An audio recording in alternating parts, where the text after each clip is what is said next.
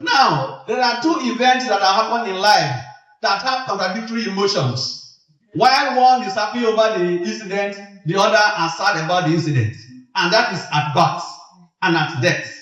At birth, the child cries, profusely crying. While the child is crying, everybody in the family is rejoicing. That's a contradiction of emotion. And what is the reason for that contradiction of emotion? The reason is that the child did not know that he was coming to an evil world. And having seen that he's coming to an evil world, he decided to cry. But the family who is already used to the evil world is happy that another person is going to join the evil world. So the family is happy. That is the contradiction of emotion at birth. The same comes at death. Because at death, the man is happy that he has left this evil world. And that's why we say, rest in peace. But at that point, the family is now crying that their loved one is going. So what do we do in death? We have only one answer to all of this. The life we live, which is what the state pastor mentioned about here, is what is going to determine where we are and where we will be. It is not how long we live, but how well we live.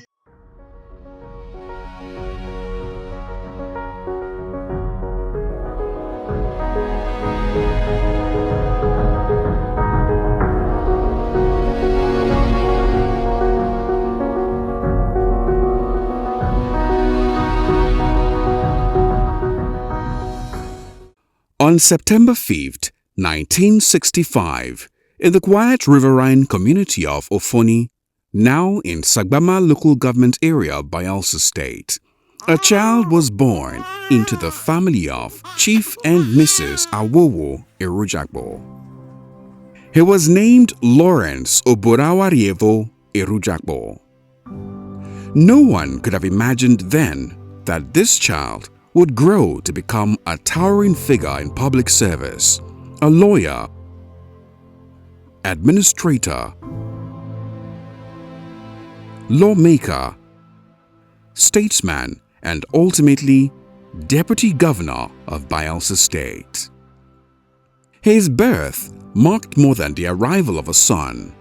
It signaled the coming of a shining light, a destiny deeply woven into service, sacrifice, and leadership. We all started primary school together. Although I was about 2 years, a year plus senior, and we finished at primary 6 at Pakiama, Delta State. And we went into the secondary school together to Government College, Madi. So we were just growing together as if we were just mates, the three of us, and we had to graduate from Government College. Although, when at the time of graduation, at Form 4 or Class 4, he couldn't meet this, so he had to repeat Class 4. Like every responsible and visionary parent, Chief and Mrs. Ewhrudjakpor laid a strong educational foundation for their son. Young Lawrence began his formal education at Ebikimiye Primary School, Pakiama, where he completed his primary education in 1976. He proceeded to Government College, Bamadi in 1982 and later to Community Secondary School, Ofoni, where he obtained his West African School Certificate in 1987. Even at a young age, he was known for his discipline, curiosity, and natural leadership qualities, traits that would define his life's journey. When we were growing up, particularly, let me recall that after the secondary school level, he was just exceptionally being diligent, and whatever thing he does, he seems to be more matured. The maturity just cropped up after his secondary school. So when one of my late uncles, my maternal uncle, took the two of us, myself and himself, and we were working with him. Then he was a contractor with old River State government. He now took the two of us, but he saw this maturity, this level of intelligence and other the acumen to manage situations. So he now picked him and positioned him somewhere alone to manage a company a branch of the company that was at Yenagua here. While the rest of us, me and all my other family members, went to another side of the company. But he handled in every situation, he handled everything, the activities of the company solely on his own, without any other person coming in. He handled them very, very perfectly. Driven by an unquenchable thirst for knowledge and service, Lawrence Ewhrudjakpor enrolled at the Rivers State College of Health Science and Technology, Port Harcourt, where he earned a diploma in community health between 1989 and 1991. School of Health, Port Harcourt, both of us were there. He was a class ahead of me, and I retired just last year. So if I had been in that job, I would have retired 2 years ago, because just a year ahead of me. So he entered 1989, while I entered School of Health 1990. This early exposure to community health work deepened his understanding of grassroots challenges and human welfare, an experience that would later shape his governance philosophy. His academic journey continued at the Rivers State University of Science and Technology, now Rivers State University, where he obtained a Bachelor of Science in Secretarial Administration between 1991 and 1996. Never one to rest on his oars, Lawrence Ewhrudjakpor went further to obtain a master's degree in Business Administration (MBA) in 1998 and a second MBA Management option in 2000. Encouraged by his political mentor and longtime associate, Senator Henry Sediake Dixon, he took another bold step into the study of law. Between 2002 and 2007, he studied law at Rivers State University of Science and Technology and was called to the Nigerian bar in 2009 and ultimately crowned his academic pursuit with a Doctor of Philosophy, PhD in Human Rights and Labor Law on December 16, 2023. He also earned international certification in change management from said business school, Oxford University, United Kingdom. Education for Lawrence Ewhrudjakpor was not just a personal pursuit, it was a tool for service. The man is a very good man.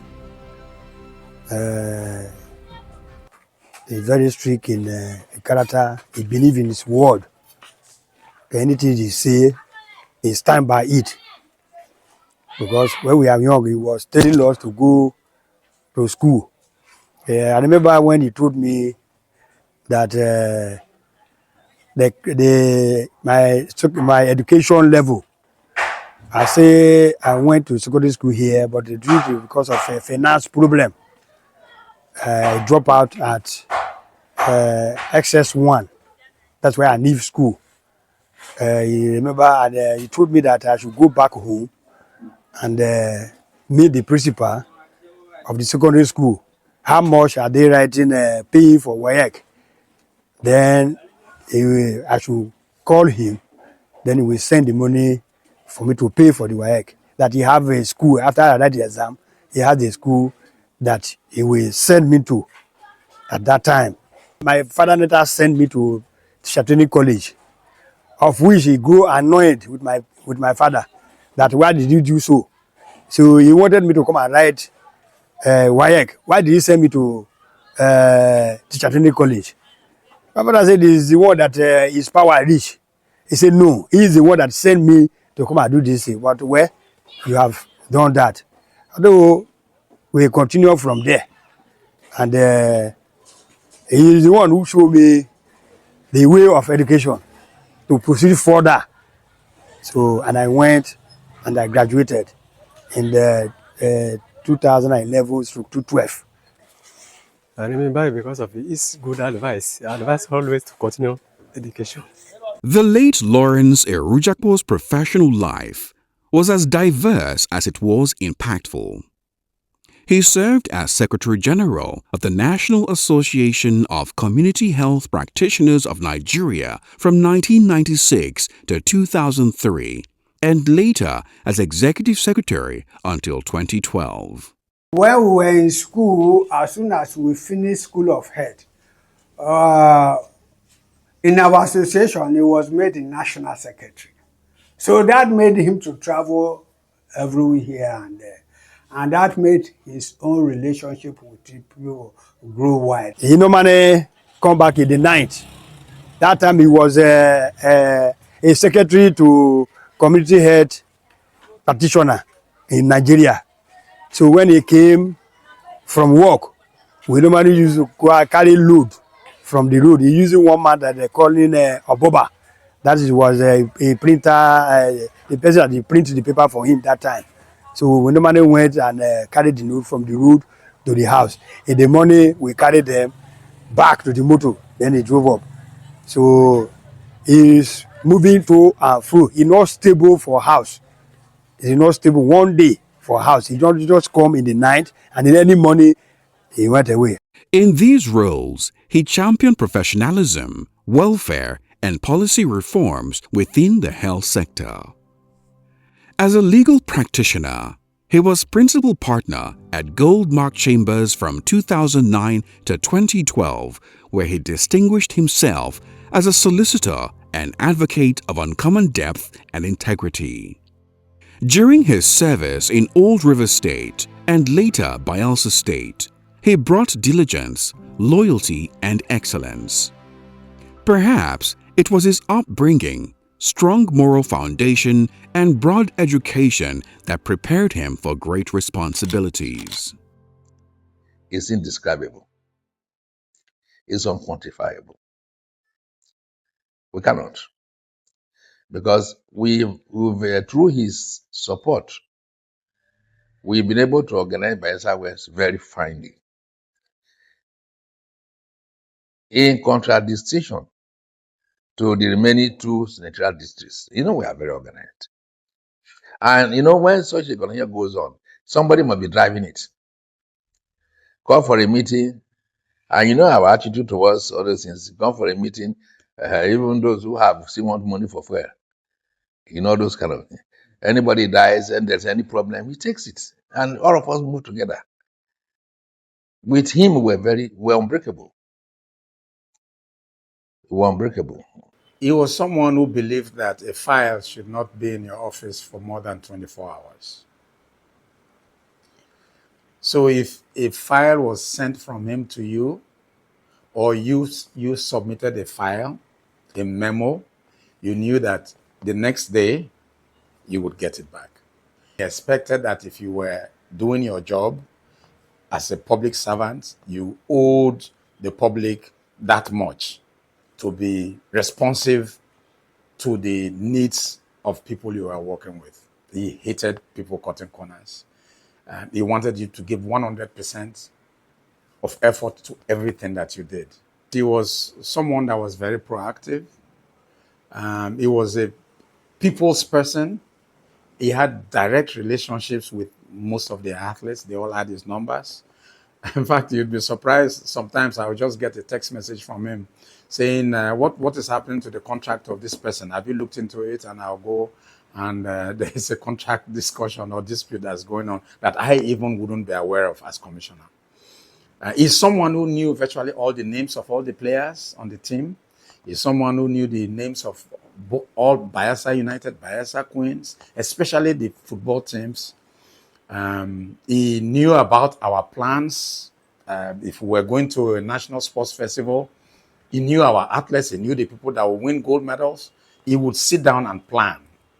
So if we were going to a festival and we had projected that we were going to win 90 gold medals and we came short by 1 or 2, he would even ask, is it because this person that was projected to win didn't win? That's how thorough and meticulous he was. In April 2012, Governor Henry Sidiake Dixon appointed Lawrence Ewhrudjakpor as Commissioner for Works and Infrastructure. It was an appointment that would redefine Bayelsa's infrastructural landscape. Reappointed in 2016, Ewhrudjakpor inherited a state yearning for connectivity, growth, and modern infrastructure. He responded with vision, courage, and execution.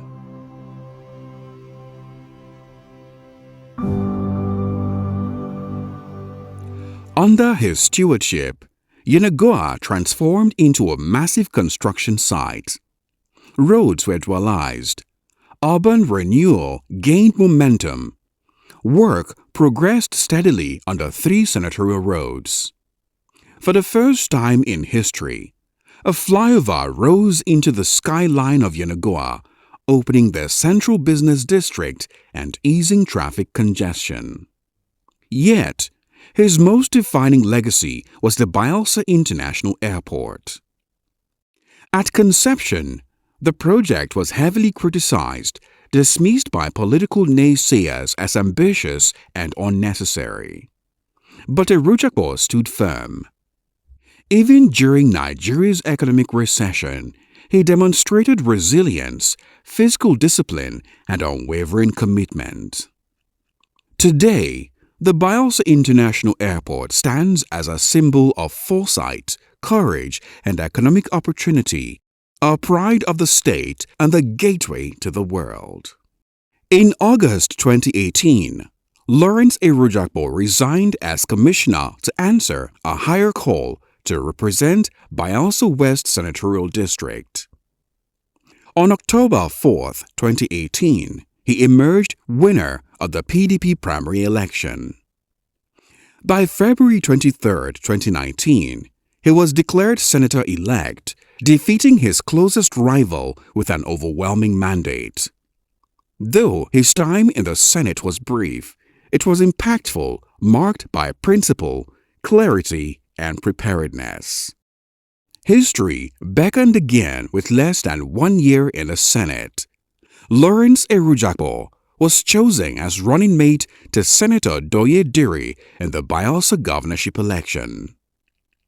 After a landmark Supreme Court judgment on February 13, 2020, he was sworn in as Deputy Governor of Bayelsa State.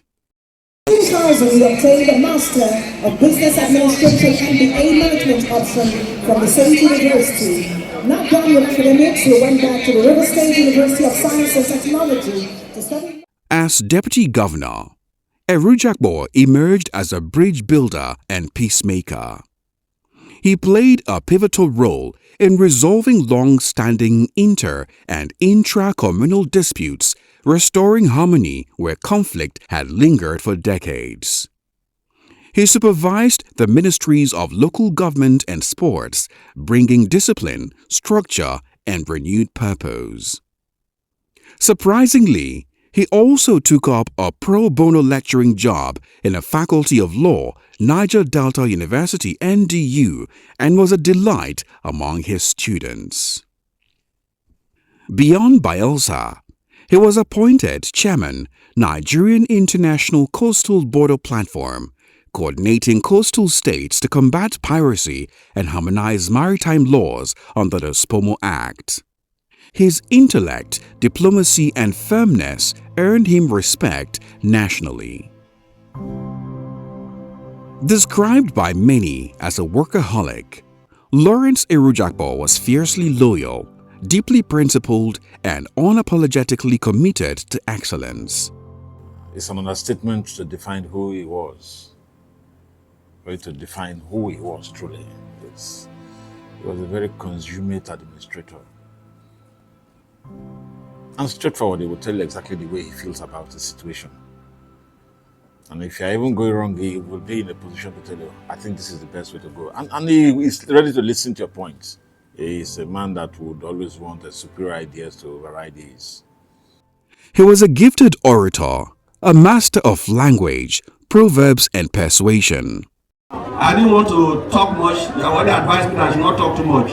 But you know, there's no time the bell will go into the water and come back and could not stand. It will be wrong for the parrot to go to the market and be intimidated by people that cannot talk. So the parrot has spoken, and we know what we have said. With wit and wisdom, He could hold an audience spellbound, translating complex issues into relatable truths.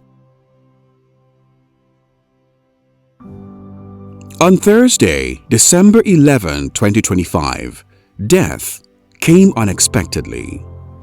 Senator Lawrence Ewhrudjakpor slumped and was rushed to the Federal Medical Center in Yenagoa.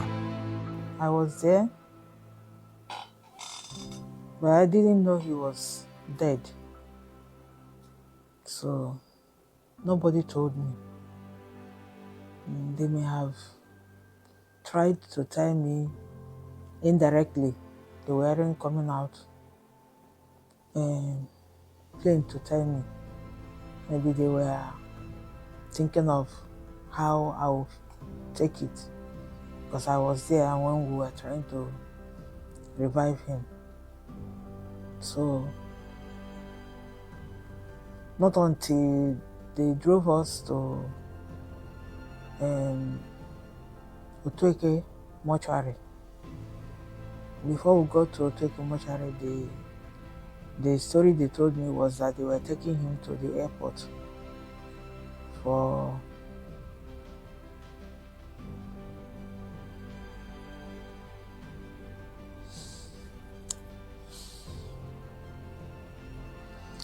medical treatment abroad.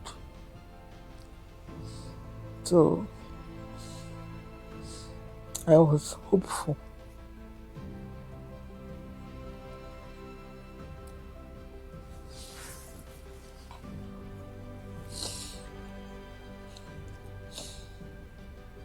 That would make him open his eyes, because up to that time, I believed he was in coma. Actually, I was in a function in banquet hall for Ayala book presentation when one of my boys whispered to me that Deputy Governor is in oxygen. So I just left instantly, straight to the hospital. I got there, they said we had been transferred from emergency to ICU, where everybody is barricaded from. So I went to the ICU, my brother, saw Commissioner of Health, Professor Bisbee. And I said, where is my brother? What are our chances? That was his response. 50-50. Then I knew he had died. And I said, okay, can I see the body? Even if he didn't tell me he had died. So he now said they should clear the place for me.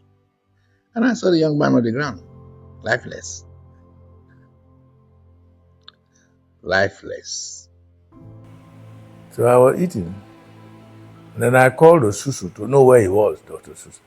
He said, you don't know what has happened? That was how he answered me. The Deputy Governor has died. I had a shock. I had left the food, ran into my car and drove down to the hospital, Federal Medical Center. Maxine, to tell you, I couldn't come down from my car to walk down to go and see the body, because in me, I felt if I had done that, I could have collapsed. He was to take the second engagement by 12 noon when the unimagined labor happened. I was inside the conference room, awaiting with other persons, awaiting his arrival for the second engagement. Then suddenly, one of my fellow aides dashed into the conference room and excused his deputy staff. Then within a twinkle of an eye, he rushed in with a consign. I felt that something had happened, so I rushed out of the conference room. When I got up, I saw him on the ground. That was the first time I was seeing his back on the ground.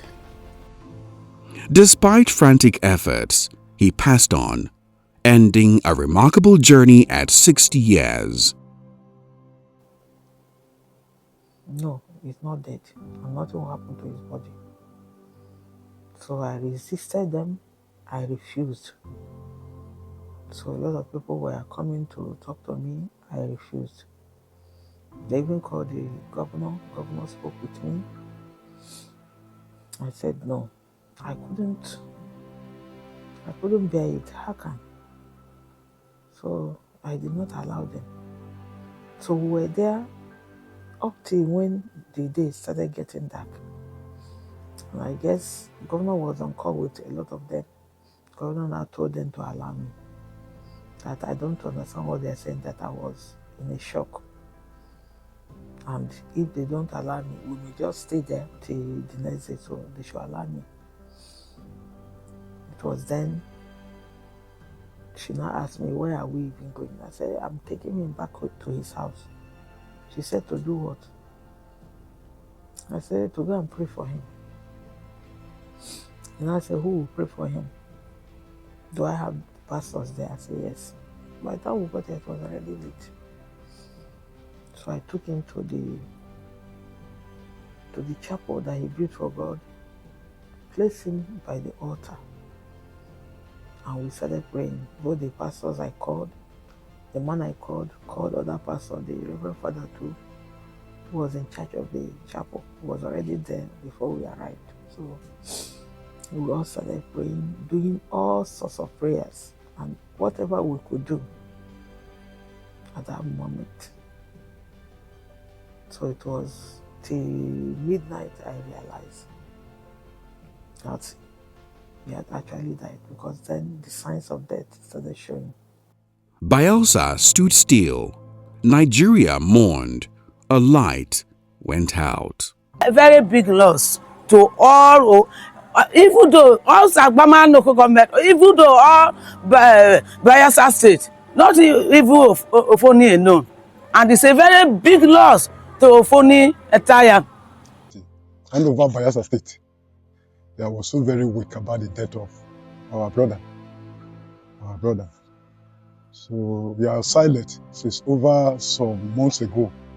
Even up till now, in our community here, we don't play music then after the burial. So we are silent. We don't do anything to make us happy. So we are planning to do one or two things to bury him. So that is how it is. Well, everything is under the control, God's control. God is seeing us through. But I can assure you that we are not the same. We are not the same when he was alive. And if he were to be alive, we are not the same. And there is no way we want to say that we can on our own survive it at the moment. But with God on our side, God will always provide for us and see how we'll be able to surmount the difficulties, the challenges that are ahead. A devoted Roman Catholic, Lawrence Ewhrudjakpor lived his faith openly. In praise and worship, he danced with joy.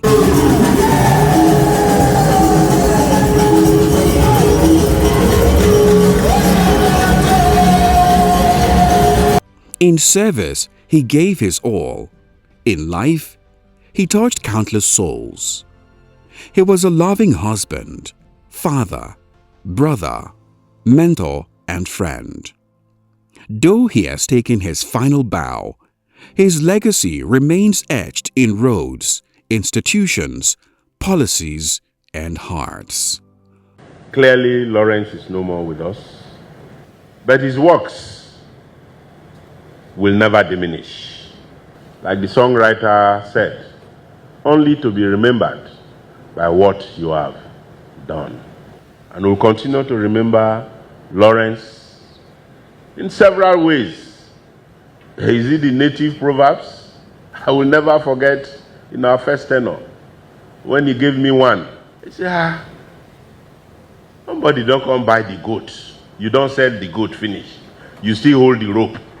Leave the rope now for the new owner of the goat. That is the new owner of this goat. You don't sell, you still hold the rope. And I looked at him and I said, Deputy Governor, what do you mean by that? He said, Your Excellency, I don't talk my own finish.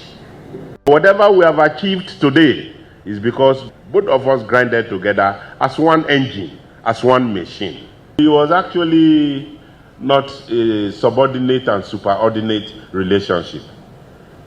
It was not a relationship of governance only. It was that of a friend and a brother working together for the good of our people and the state.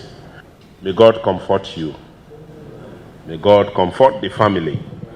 And may God comfort the state government and the people of Bayelsa State. Lawrence Ewhrudjakpor, a life of service, a legacy of impact, a name that will not be forgotten.